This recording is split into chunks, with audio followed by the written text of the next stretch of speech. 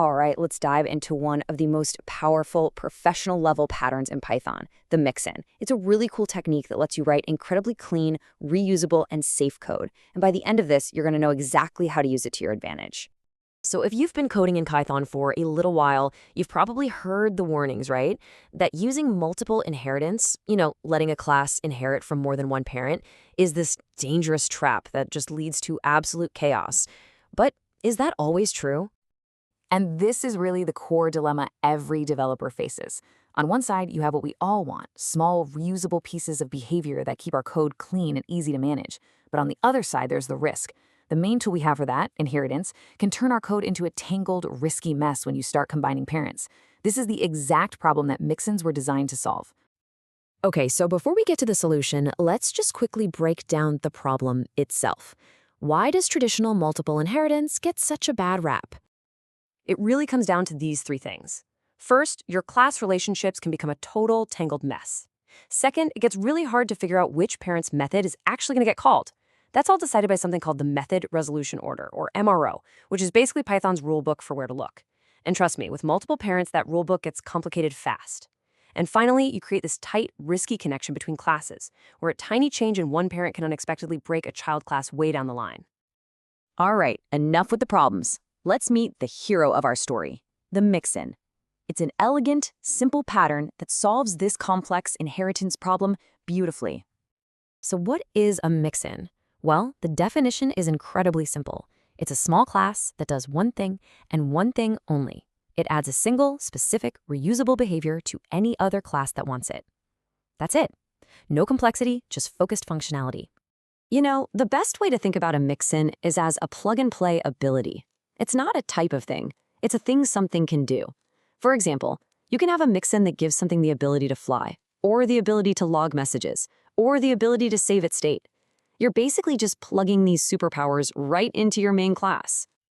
And this slide shows the crucial distinction. On the left, a mixin is a small helper that just bolts on some functionality. But on the right, you see what it is not. A mixin is never a main class itself. It has no real identity, and you'd never, ever create a standalone object from it. It only exists to mix in its behavior with something else. Okay, theory is great, but let's make this concrete. We're going to walk through a classic example so you can see exactly how this pattern works in practice. Here we have our FlyMixin. Now take a look at the code. It is incredibly simple. It's just class FlyMixin. Notice there's no underscore init constructor. It has only one method, fly. Its entire reason for being is to provide this single piece of functionality. It has exactly one job. Now let's use it. We start with the main bird class. Then we define our sparrow. Check out the definition. Class sparrow bird FlyMixin. It inherits from bird first. That's its main identity. And then it also inherits from our FlyMixin. And just like that, we've mixed in the ability to fly. It's that easy. And this just shows the result perfectly. A sparrow is fundamentally a bird, so it gets the eat method. But because we added the FlyMixin, it also gets the fly method. It's clean, it's safe, and it's totally clear where each behavior is coming from. So why is this so much better? Well, think about it. If you had a rigid flying bird class, what would you do about a penguin? The whole logic breaks down. But with the mixin approach, it's clean. A penguin is a bird, but you just don't give it the FlyMixin. Simple, logical, and correct. All right, now that we've seen how they work, let's talk about how to use mixins like a pro. There are a few simple but really important best practices you gotta follow. First, you can compose classes with multiple mixins. A duck is a bird, right? But it can also fly and swim. So we just define it as inheriting from bird, then FlyMixin and SwimMixin. Just like that. We've built a complex set of behaviors from simple, reusable parts. This is so powerful. Now, this is probably the single most important convention. Always end your mixin class names with the word mixin. This is a clear signal to any other developer who looks at your code. It immediately tells them, hey, this isn't a regular class. It's a helper that provides a specific behavior. So when should you reach for this tool? Well, here's the breakdown. Use it when a behavior is optional, like how a sparrow can fly but a penguin can't. Use it when a behavior is reusable across a bunch of different classes, like a logging mixin. And it's perfect when completely unrelated classes, like a car and a document, both need the same feature, like saving their state.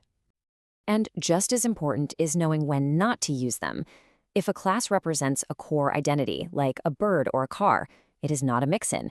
If it needs its own underscore underscore init underscore underscore constructor to set up its own state, it's not a mixin.